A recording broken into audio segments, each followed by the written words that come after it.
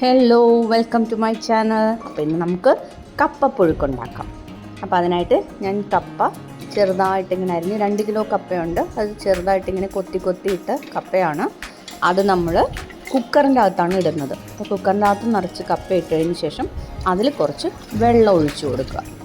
അതിൽ കുറച്ചല്ല, അത് നിറയണ വരെ വെള്ളം ഒഴിച്ചു കൊടുക്കുക. കാരണം നമ്മൾ എന്നിട്ട് ഇത് കളയും, ഈ വെള്ളം മൊത്തം കളയും, കാരണം ഇത് നല്ലതല്ല. അതുകൊണ്ട് ഇനി ഇതിലേക്ക് മഞ്ഞൾപ്പൊടിയും ഉപ്പും ചേർക്കുക ആവശ്യത്തിന്. എന്നിട്ട് നമ്മൾ കുക്കർ അടച്ച് വെച്ചിട്ട് ഒരു 2 വിസിൽ കേൾക്കുന്നവരെ വെക്കുക.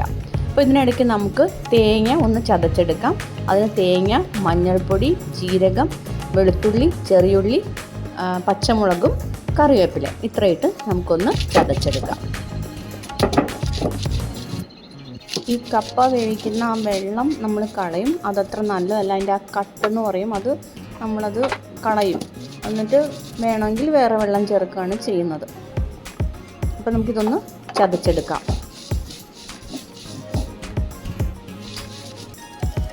ഇതാ 2 കിലോ കപ്പയ്ക്ക് വേണ്ട അത്രയും തേങ്ങ ഞാൻ എടുത്തിട്ടുണ്ട്.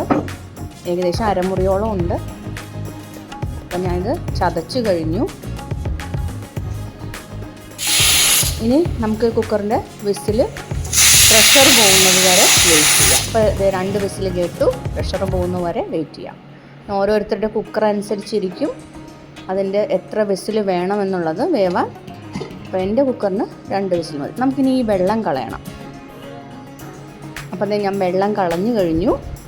നമുക്കിതിലേക്ക് ചതച്ച് വെച്ച തേങ്ങ ഇട്ട് കൊടുക്കാം. അതേ ചതച്ച് വെച്ചിരിക്കുന്ന തേങ്ങയാണ്. അപ്പോൾ അത് നമ്മൾ ഇട്ട് കൊടുക്കുകയാണ്. സ്റ്റൗ ഫ്ലെയിം ലോ ആക്കിയിട്ടാണ് ചെയ്യണേ. നമുക്കൊന്ന് ഇളക്കി കൊടുക്കാം നന്നായിട്ട്. കുറച്ചൊന്ന് ഉടയുന്നത് നല്ലതാണ്, അപ്പോഴാണ് ഇതിനൊരു ടേസ്റ്റ് വരുന്നത്. അപ്പോൾ നമുക്കൊന്ന് ഉടയുന്ന വരെ ഒന്ന് ഇളക്കി കൊടുക്കാം. അപ്പോൾ നമ്മൾ മറ്റൊരു സൈഡിൽ നമുക്കൊരു കടായി വയ്ക്കാം. നമുക്ക് കുറച്ച് കടുക് വറുത്തിടണം. അപ്പോൾ അതിനുവേണ്ടി നമുക്ക് വെളിച്ചെണ്ണ ഒഴിച്ചു കൊടുക്കാം. അതിനുശേഷം കടുകിടാം.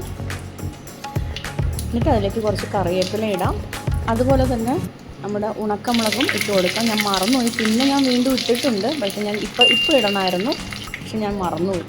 അപ്പോൾ അതിനുശേഷം നമ്മൾ ചെറിയുള്ളി, ഒരു 8-10 ചെറിയുള്ളി ചെറുതായിട്ട് അരിഞ്ഞത് ഞാൻ ഇതിലേക്ക് ഇട്ട് കൊടുത്തിട്ടുണ്ട്. ഇപ്പം ഞാൻ വീണ്ടും ഉണക്കമുളക് എടുത്തിട്ടിട്ടുണ്ട്.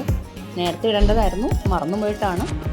അപ്പോൾ നമുക്കിതൊന്ന് വഴറ്റി ചെറിയുള്ളി ഒന്ന് സോഫ്റ്റ് ആവുമ്പോൾ നമുക്കത് കപ്പയിലേക്ക് ഇട്ട് കൊടുക്കാം. സവാള ടേസ്റ്റ് ഉണ്ടാവില്ല, ചെറിയുള്ളി തന്നെയാണ് ഇടേണ്ടത്. അപ്പോൾ നമുക്കതൊന്ന് മിക്സ് ചെയ്ത് കൊടുക്കാം.